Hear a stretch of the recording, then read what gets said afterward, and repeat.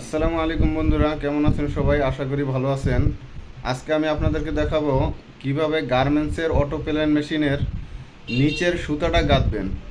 তো চাক্কি থেকে শুরু করে ববিন পর্যন্ত আমি আজকে আপনাদেরকে সমস্ত ভিডিও দেখাবো। আমার সাথে থাকুন, ধন্যবাদ।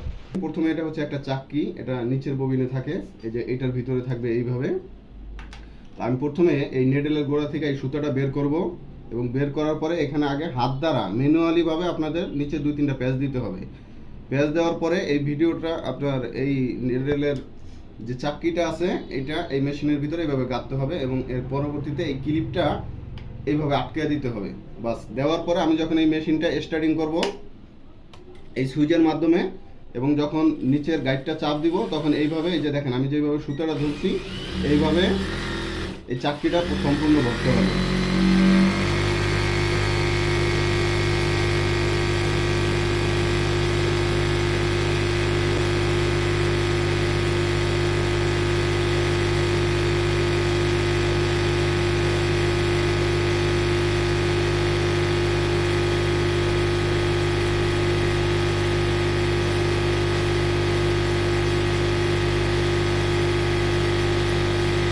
বাস, যখন চাকরিটা ভরা শেষ তখন এই ক্লিপটা আবার খুলতে হবে নতুনভাবে এবং এটাকে বের করতে হবে।